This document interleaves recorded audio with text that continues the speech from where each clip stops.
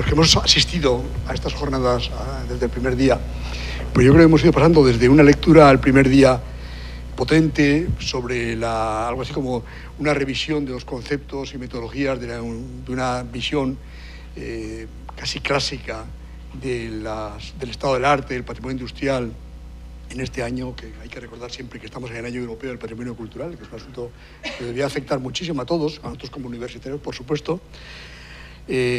Pero también es verdad que hemos pasado a través de esos perfiles de las 2 mesas que estaban previstas, que han sido,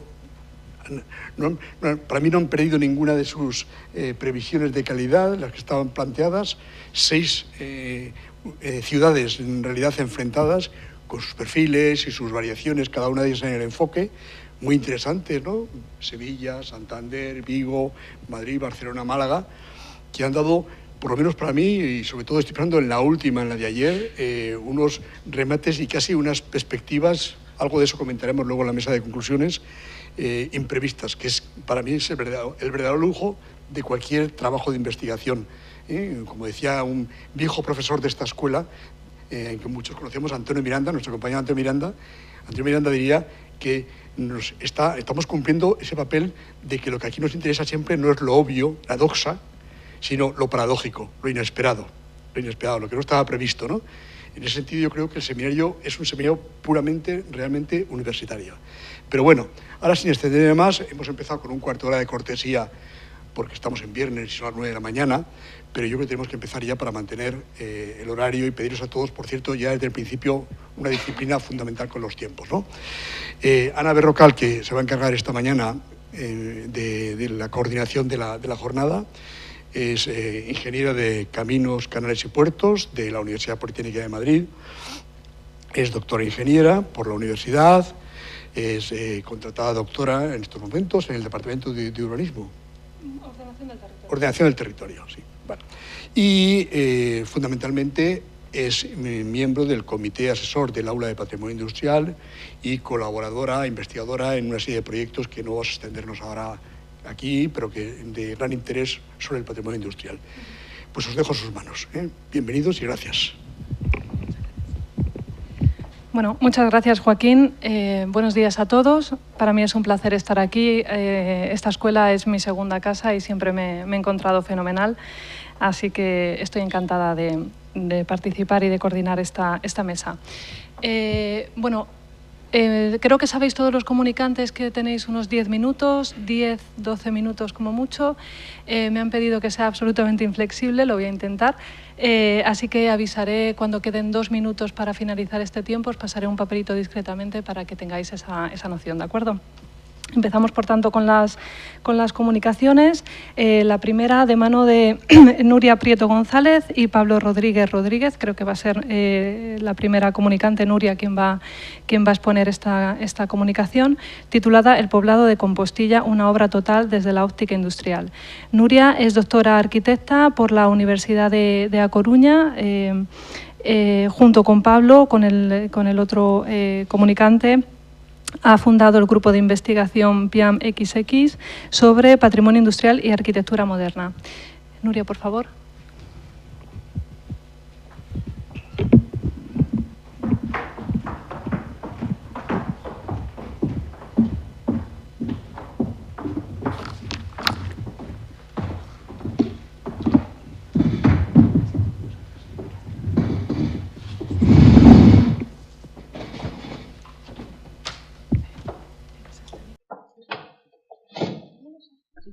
¿Sí?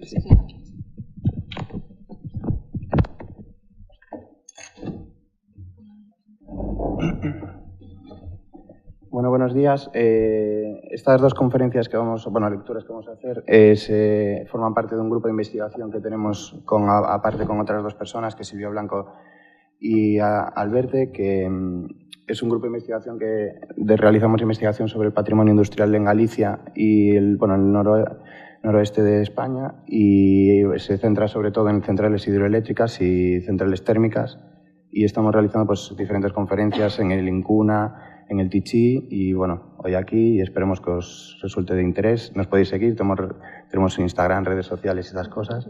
El grupo se llama PIAM XX, no del siglo XX, Y nada, bueno, os paso con Nuria, que si no se nos acaba el tiempo. Bueno, yo voy a comenzar hablando sobre el poblado industrial de Compostilla. El poblado industrial de Compostilla se encuentra en Ponferrada. Yo soy de Ponferrada y realmente para la ciudad el poblado ha sido un cambio urbanístico importante, pero realmente no es un cambio urbanístico, sino que es el resultado de un gran cambio urbanístico. Como sabréis, la ciudad de Ponferrada es una ciudad muy industrial, cuya historia industrial empezó primero con el wolframio. De hecho, en aquella época, estamos hablando de los años 40, más o menos la conocía como la ciudad del dólar, porque había mucha exportación de este tipo de materiales. Entonces, la ciudad creció enormemente y después ese contexto industrial llevó a que se formase la minerosiderúrgica de Ponferrada, que es conocida por las siglas MSP, en torno a los años 40, y esta asociación vino de la mano de un personaje extranjero que llegó y se compró varios cotos mineros, empezó a explotar todas las cuencas mineras vinculadas a la ciudad de Ponferrada, como son Villablino, Toreno, etcétera, etcétera, bajando hacia la ciudad.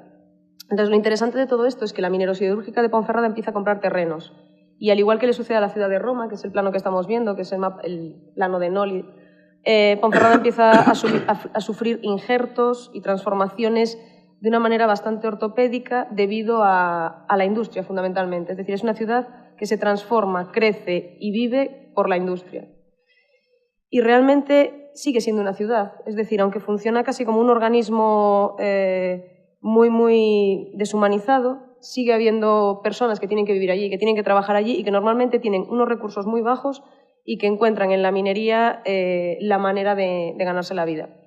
Esto era Ponferrada antes de todo ese movimiento industrial, y este es el plano de Ponferrada antes de ese movimiento industrial. Es muy pequeñita, realmente, o sea, todo lo que veis en la parte derecha es el casco antiguo y es un poco como empieza a crecer, pero llega la MSP y la MSP se compra toda esta masa de terreno, provocando una escisión en el planeamiento de la ciudad. La rompe por completo. De hecho, los estudios urbanísticos más contemporáneos de la ciudad de Ponferrada culpan directamente o señalan a la MSP como la que provocó que el urbanismo de Ponferrada sea tan negativo. De hecho, en los años 80, Ponferrada y Vigo eran ejemplos de mal urbanismo estudiados en todas las escuelas, ¿no?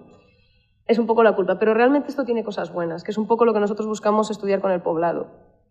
En el año 49 se adquiere un terreno en la parte norte de la ciudad, que sería aquí, para hacer una central térmica. Al lado de este terreno está la central térmica de la MSP. Entonces, digamos que es una inversión sin riesgo. Es decir, ya hay una central térmica, por lo tanto vamos a construir otra, pero para eso necesitamos crear un poblado y crear todo lo necesario para que esa gente pueda vivir allí. Esto se hace de la mano del Ministerio, del Instituto Nacional de Industria, y se construye esa central térmica para quemar el carbón que venía de las minas, y se construye todo un poblado que realmente es una pequeña ciudad. Entonces, podemos entender este poblado no como un barrio más de Ponferrada, sino como un injerto, es decir, es una ciudad dentro de una ciudad. Entonces comienza ese planeamiento. Este es el plano del poblado. La central está aquí y luego absolutamente todas las viviendas, que son todas estas que se ven por aquí, están jerarquizadas, como era habitual. El poblado fue diseñado por Bellosillo y Esquer de la Torre, que eran arquitectos vinculados al ministerio, arquitectos que, uno de ellos fue becario de Roma, pero realmente no son arquitectos que hayan trascendido posteriormente, como sucede en otros poblados que sí que hemos visto. Y el estilo del poblado es un estilo románico, más bien, construido fundamentalmente en piedra. La sensación que da el planeamiento urbanístico y la percepción del espacio cuando uno está allí es la de una ciudad-jardín inglesa. De hecho, se puede ver perfectamente comparando planos, que es un poco lo que hemos hecho en los estudios, que efectivamente responden a un plano bastante inglés o de una company town americana, básicamente. Y la jerarquía se dispone en función, lógicamente, al trabajo que realiza la persona dentro de la central, ¿no? Los ingenieros, los trabajadores más bajos, los peritos y también la gente vinculada a esto, como por ejemplo el médico, el enfermero, etc. Y otra cosa muy interesante es que también incorporan equipamientos. Tienen unos grandes campos de entrenamiento, fundamentalmente para fútbol y para atletismo. Tienen piscina, de hecho había 2 tipos de piscina, para los ingenieros y para el resto de la gente, y tienen escuelas también. Entonces, este es el plano cuando se empieza a construir. Primero la central.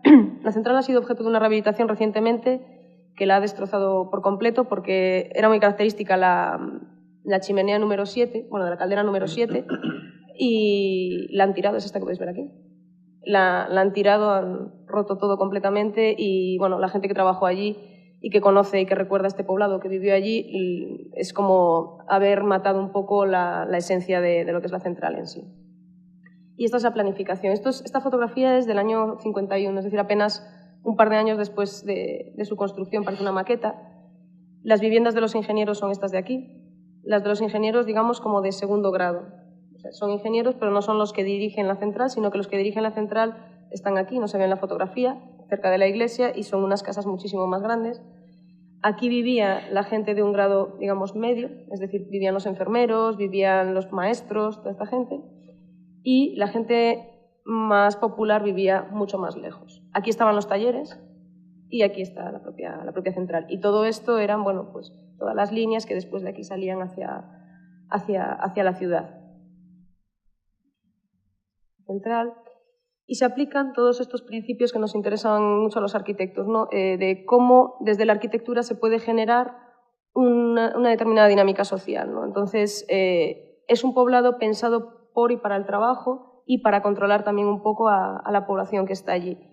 Esto es el interior de la central, bueno, tiene bastante interés porque para la ciudad de Ponferrada fue un gran salto. La central de la MSP con respecto a la de Endesa no tienen absolutamente nada que ver. La MSP parece como del siglo anterior, mientras que la de Endesa parece la cosa más moderna del planeta. Y aquí podemos ver la jerarquía ahora mismo de las viviendas. Sería la central.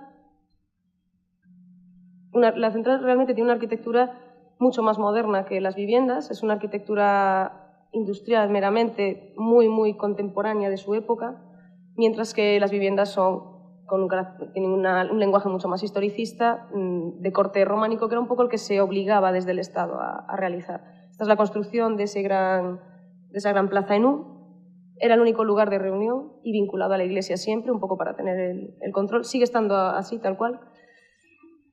Esta es una de las viviendas de los ingenieros con la piscina privada de los ingenieros.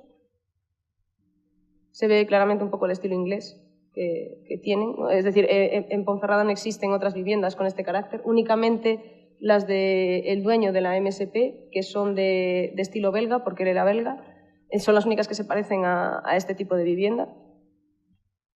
Y estas son las viviendas de los ingenieros, digamos, de segundo grado, ¿no?